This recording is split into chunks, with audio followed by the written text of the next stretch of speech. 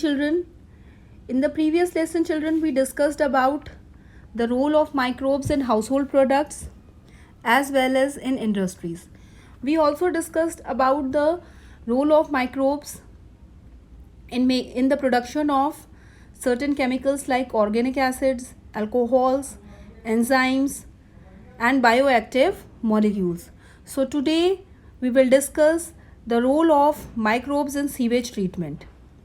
You know, children, large quantities of wastewater, they are generated every day in cities and towns. This wastewater contain food waste, laundry waste, industrial waste, household waste, etc. So this water is said to be sewage, right? So sewage is a wastewater and it contains large amount of organic matter and microbes. Due to the presence of large amount of organic matter and certain pathogenic microbes, it is not good that this wastewater is directly discharged into the nearby water body, right? So most of the microbes which are present in the sewage, they are pathogenic, right? As you know, children, pathogenic microbes are those which are disease causing. So various waterborne diseases can be caused by these microbes if untreated sewage is discharged in the water body, right?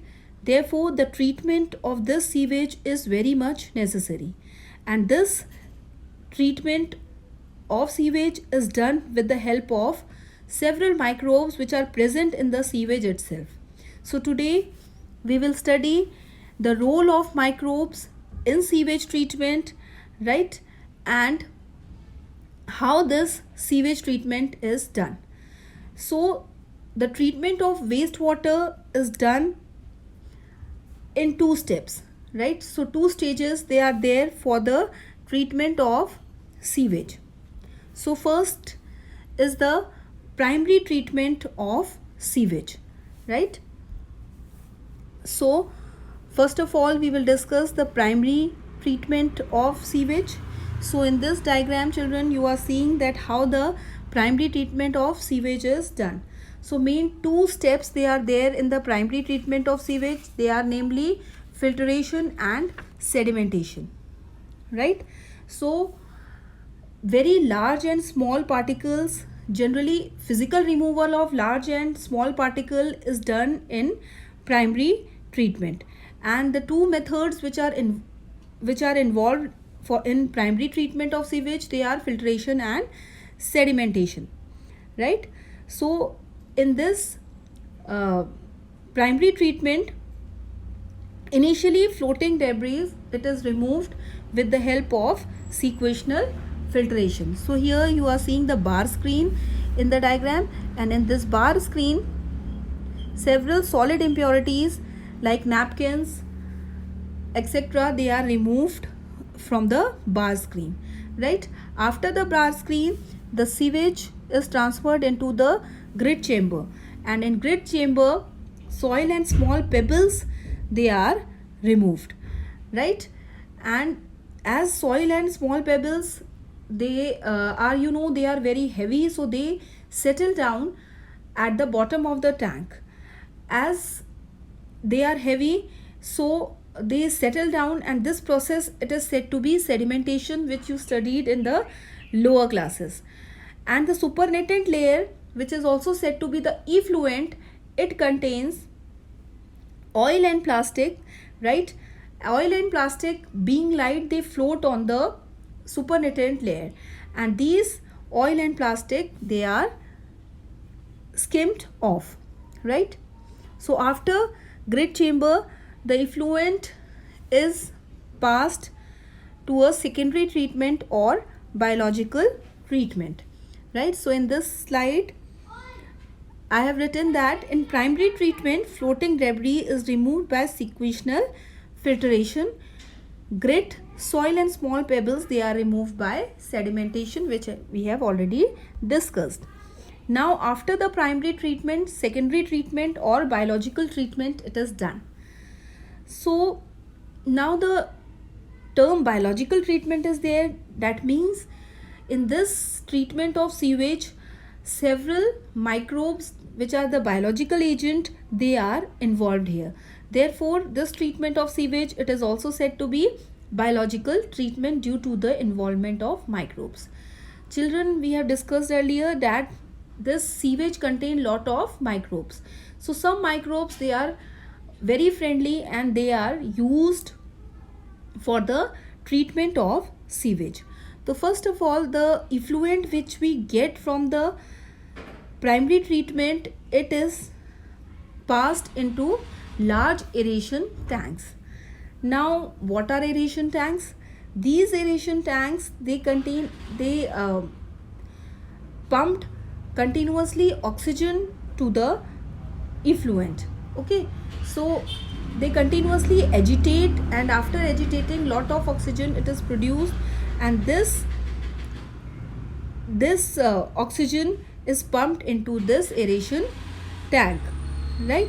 And due to the presence of this oxygen, the vigorous growth of useful aerobic microbes takes place, right? And now this useful aerobic microbes form a flocks.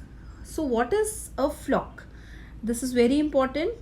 Flock is the masses of bacteria associated with the fungal element, and it form a mesh like structure, or you can say they get entangled, fungal hyphae, they can entangled and form a mass, or this mesh, which is said to be the flock, right? So flock are nothing, they are the useful microbes which will further use in the treatment of sewage, right?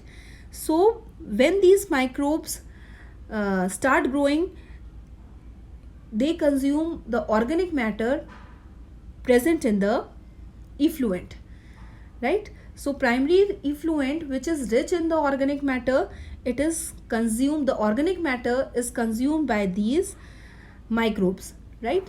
And by consuming this organic matter, they decreases the biochemical oxygen demand of the effluent or water, you can say. Now, what is biochemical oxygen demand, or BOD, right?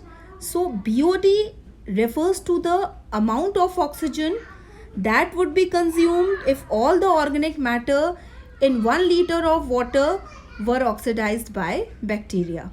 Suppose you are taking 1 liter of water, and in that 1 liter of water, the amount of organic waste, right, which is consumed by the microbes and oxygen needed for this purpose, it is said to be the biochemical oxygen demand or biological oxygen demand, or BOD, right? So the purpose of these flocks is to reduce the BOD, right, to a certain level.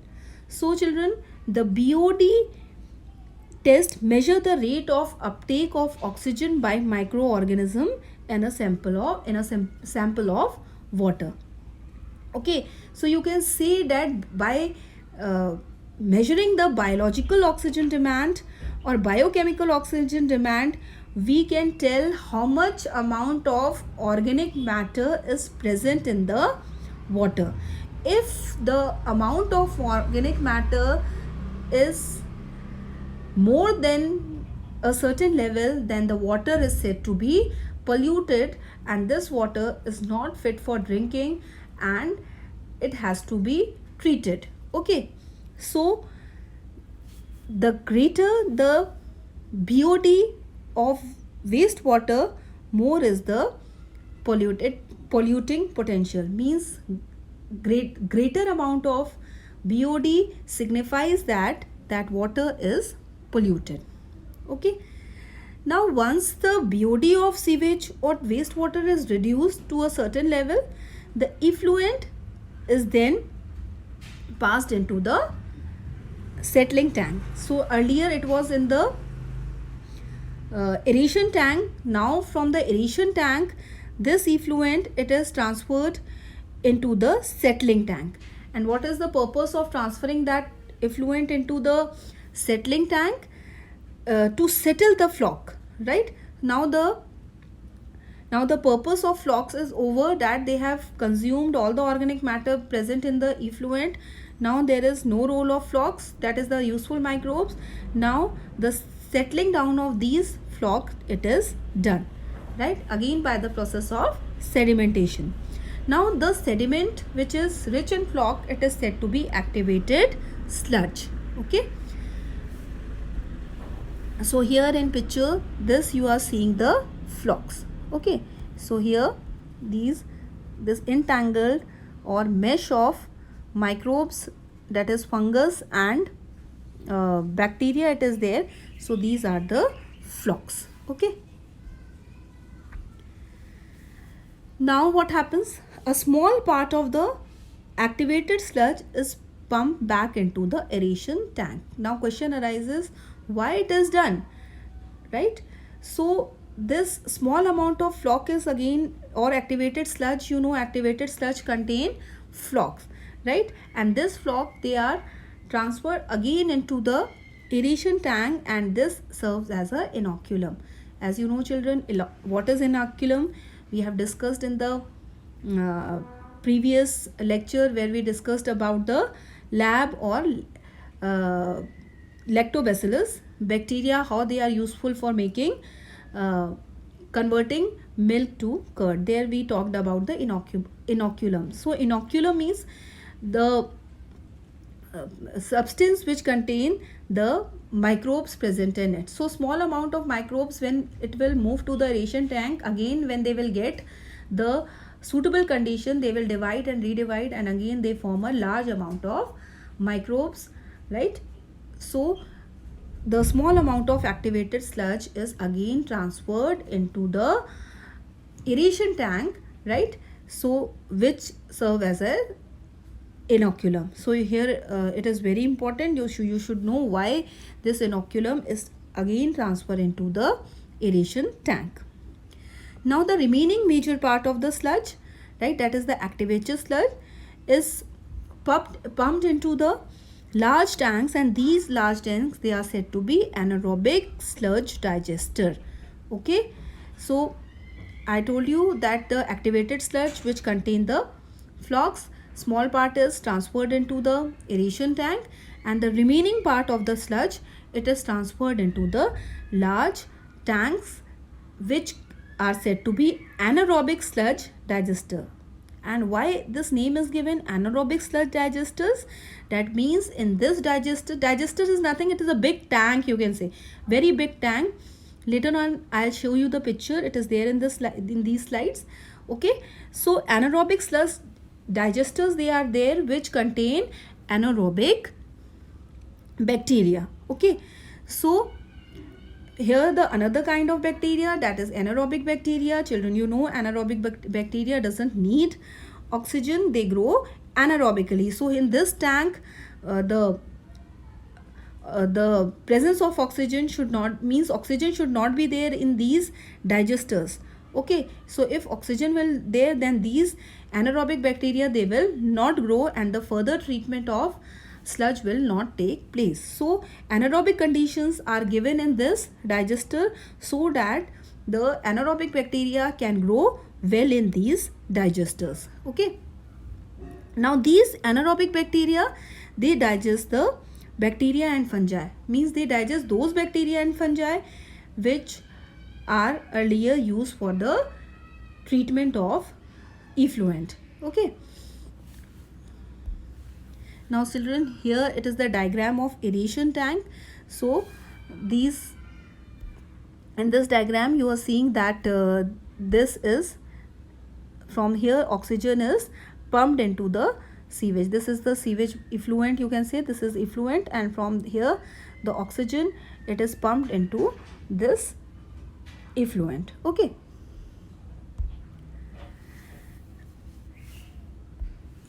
now here this is digester, anaerobic sludge digester. So here you are seeing that bacteria, they are acting on the activated sludge, and after this these bacteria, they are converting this sludge into a biogas which is rich in methane, hydrogen sulfide and carbon dioxide. Okay, so these bacteria, they are growing anaerobically and they are digesting the bacterias and fungus which are present in the sludge earlier, which we have used for treatment of effluent, primary effluent. Okay, now when they digest these bacteria and fungus, during the digestion process they produce large amount of certain gases. Okay, so mixture of gases they are produced, and these gases, they are namely methane, hydrogen sulfide and carbon dioxide. So the percentage of methane is here much more, and these gases, they form biogas, and these gases, they can be used as a source of energy. Okay, so here it is very important that this the sludge which when digested by the anaerobic bacteria, it produces a mixture of gases which is said to be the biogas. So this is the diagram of anaerobic sludge digester. So this is the big tank. Here the biogas, right, it is produced, and these are the in the lower portion, these are the bacteria and fungus which are digested by the anaerobic bacteria present in the sludge digester. So if you see the external view, you will see like this. Okay, now children, you know that population of a country or the whole world is growing day by day, right? And due to this increasing urbanization, sewage is being produced is much large quantity than even before, right? So however, the number of sewage treatment plant has not increased enough to treat such large quantities. Okay, so as the population is growing day by day and the number of sewage treatment plant, it has not been increased much more, right? So sometime what happens, without treating the sewage, we are directly discharging the sewage into the water body, and this is resulting in the pollution of the water body, and it is increasing the chance of waterborne diseases. So here it is very important to note that whenever we have to discharge this sewage, we have to always treat it first, because otherwise it will lead to the many waterborne diseases, as well as it will pollute the water body, and the aquatic life which is present inside that water body will not survive, and the aquatic ecosystem will get damaged. Now children, the Ministry of Environment and Forest has initiated two Ganga action plan and Yamuna action plan to save these major rivers, because in Ganga river as well as in Yamuna, most of the sewage, it is discharged without, earlier it was discharged without treating. So now the Ministry of Environment and Forest, they have undertaken several steps to reduce the pollution which is present in these rivers, right?